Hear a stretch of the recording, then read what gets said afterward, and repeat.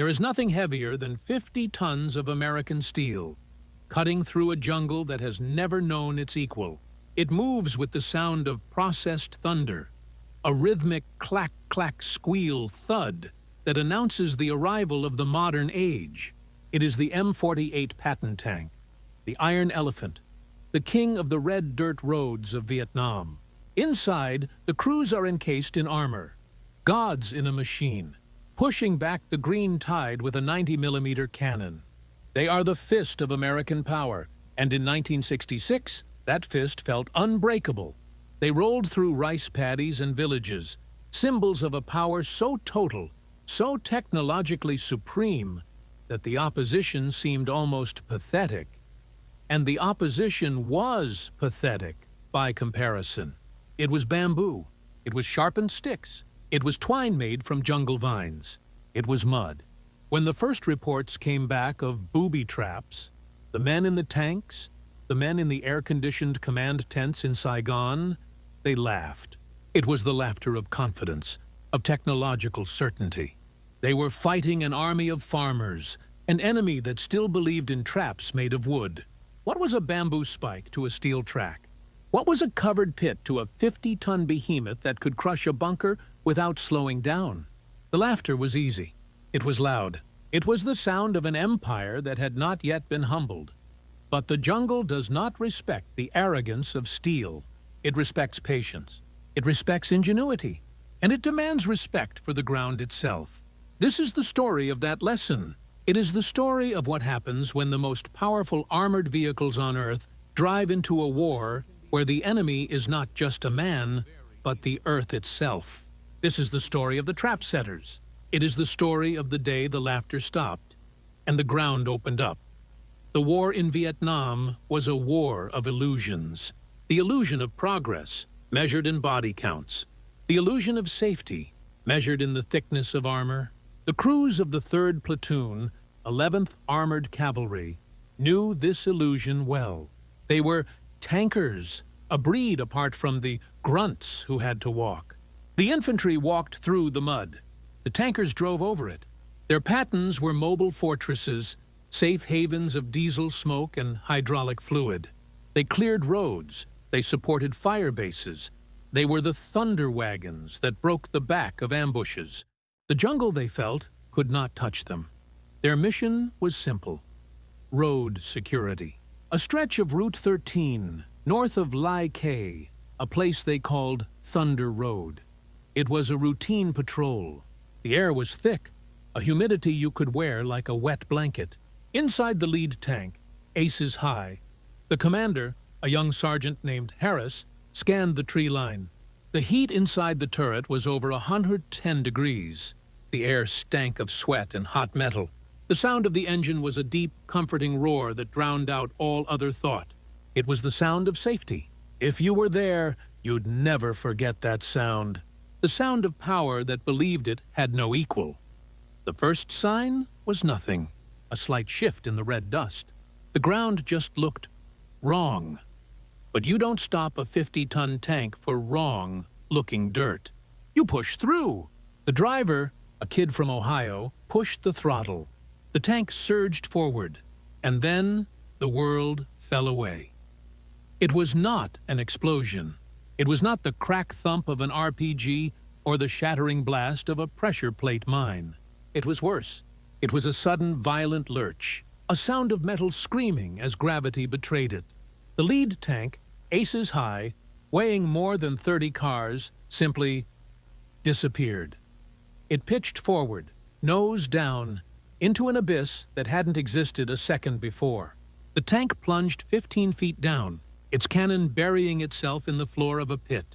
The rear of the tank kicked up, tracks spinning uselessly in the air before it slammed down, throwing the men inside against the steel walls. Silence. The roar of the engine was gone, replaced by the hiss of a broken hydraulic line and the muffled groans of the crew. On the radio, panic. The second tank, bad news, slammed to a halt, its commander staring in disbelief at the hole where his platoon leader used to be. The laughter had stopped. This was not a pungy trap. This was an act of impossible engineering. The Viet Cong and the North Vietnamese army had studied their enemy. They knew they could not defeat the M48 with rifles. They knew a mine might damage a track, but it wouldn't kill the beast. So they chose a different weapon. They chose patience. They chose the earth. To understand the trap, you must understand the mindset that built it. This was not the work of a few men. This was the work of a village. Under the cover of darkness, sometimes for weeks, hundreds of hands, men, women, and teenagers, dug. They dug with shovels, with garden tools, with their bare hands. They carried the displaced dirt away in baskets, dumping it miles away in a river so that no fresh mound would alert American aerial reconnaissance. They were digging a grave for a giant. The pit itself was an engineering marvel. It was wider than the tank and longer, but the genius was in the design. It was a camouflaged trap. The top was a complex lattice of bamboo and light wood, strong enough to hold a man, strong enough to hold the topsoil and vegetation that made it invisible. But it was designed to splinter instantly under the focused, immense weight of a tank tread. They were masters of camouflage. They replanted the grass. They scattered leaves. They matched the jungle floor so perfectly that even a trained eye standing 10 feet away would see nothing but solid ground. And they were patient. They would build this trap, and then they would wait. They would wait weeks, sometimes months, for the inevitable patrol. They knew the Americans were creatures of habit, that they favored the roads, the paths of least resistance. The trap was not just a hole. It was a psychological weapon baited with American predictability. Back on Route 13, the rescue was a nightmare. The crew of Aces High was trapped. The hatches were blocked by the angle of the fall. The tank was a steel coffin, slowly filling with the stench of diesel fuel leaking from a ruptured line.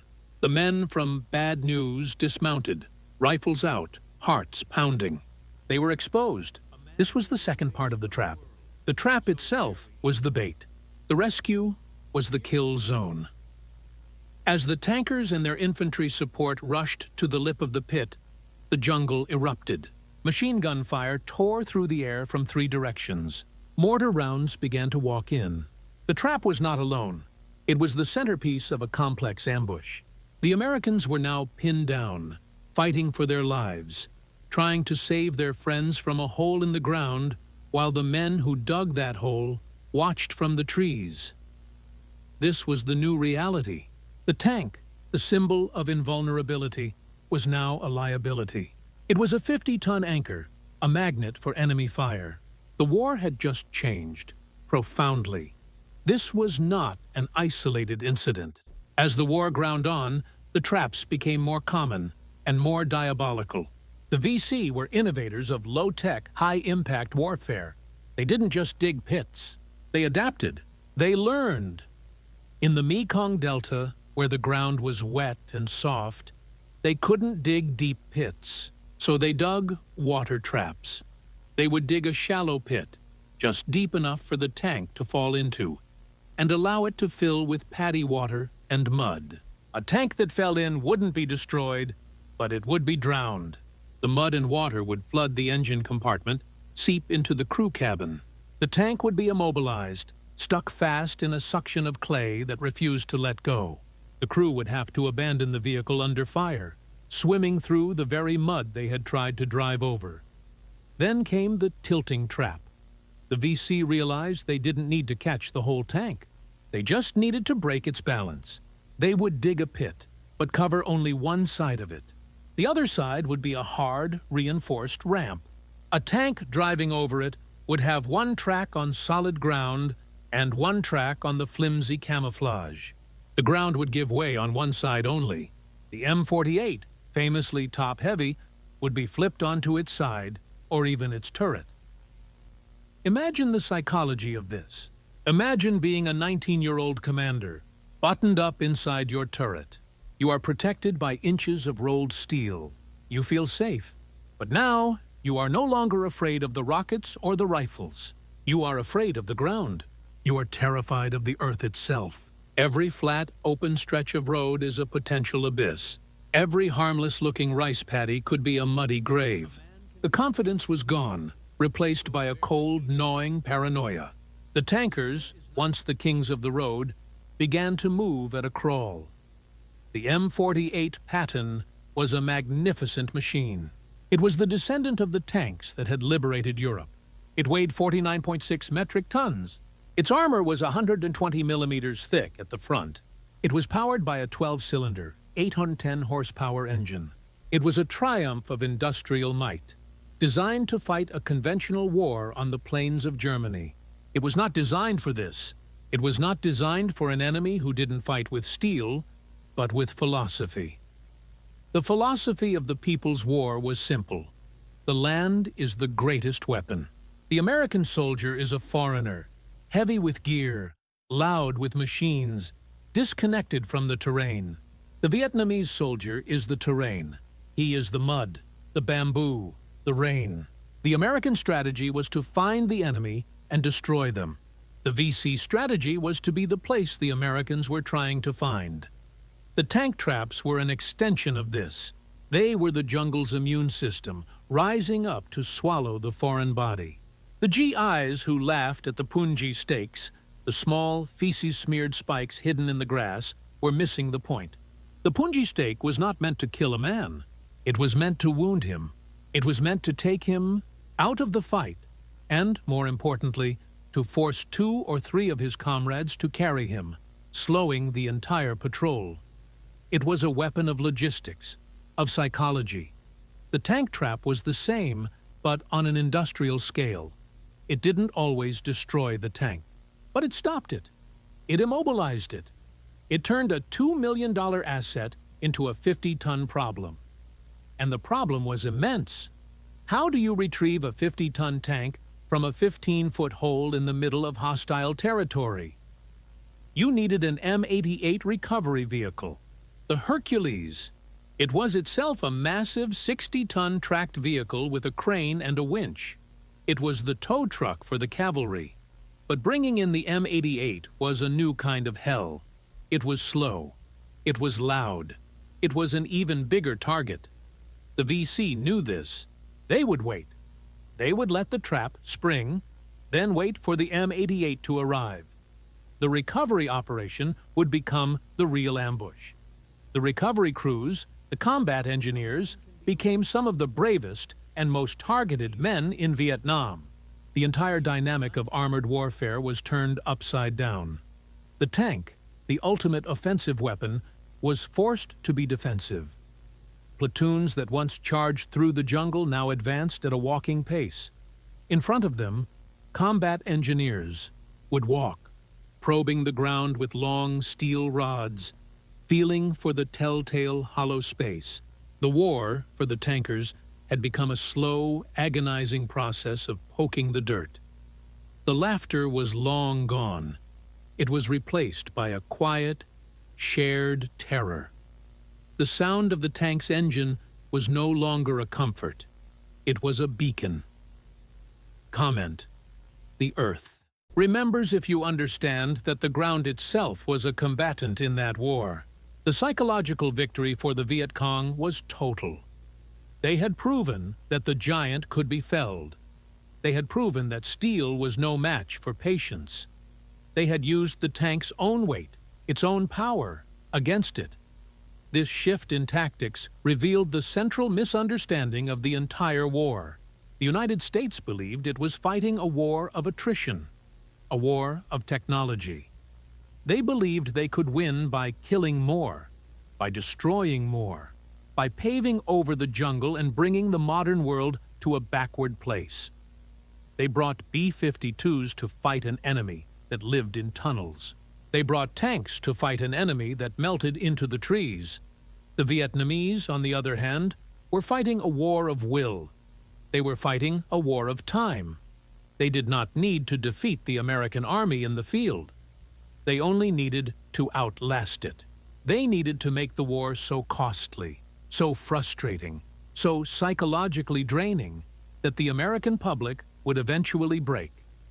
The tank trap was a perfect metaphor for this strategy. It was a weapon of patience. It was a weapon of the land. The legacy of these traps is not written in the history books of great battles. You will not find the Battle of the Bamboo Pit listed next to the Tet Offensive or the Siege of Khe Sanh. But for the men who were there, for the tankers who drove those roads, this was the real war. It was the daily, grinding fear that the world beneath their feet was not solid. The American military adapted, as it always does.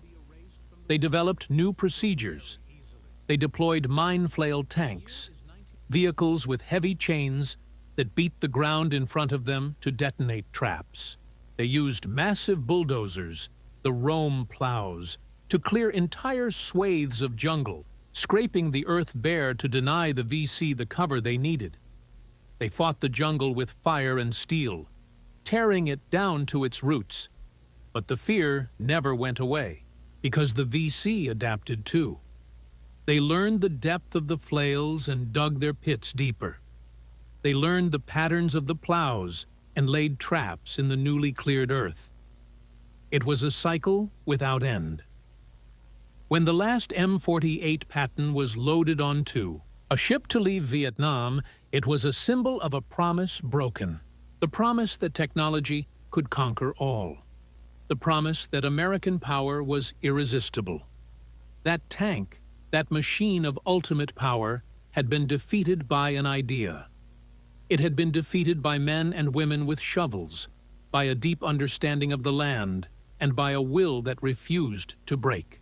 We look back on this footage, on these stories, and we see the hubris. We see the laughter of men who believed in their machines, standing on the edge of a lesson they were not prepared to learn.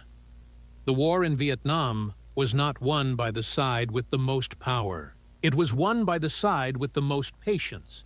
It was won by the side that understood that you cannot bomb a belief.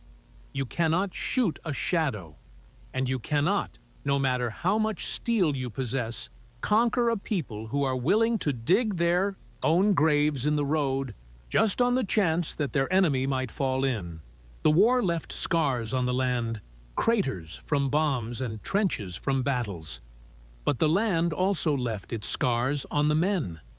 The tanker who came home carried a new fear, a fear of solid ground, a mistrust of the world itself, because he had been there, on that red dirt road, when the earth opened up and swallowed a titan. That is the echo of this war. It is not the sound of the gunshot or the roar of the engine. It is the sound of the silence that followed, the silence of 50 tons of steel resting at the bottom of a bamboo grave. The jungle does not forget. It does not forgive. It simply waits. And in the end, the earth always claims the steel. If this story moved you, write below. We never forget.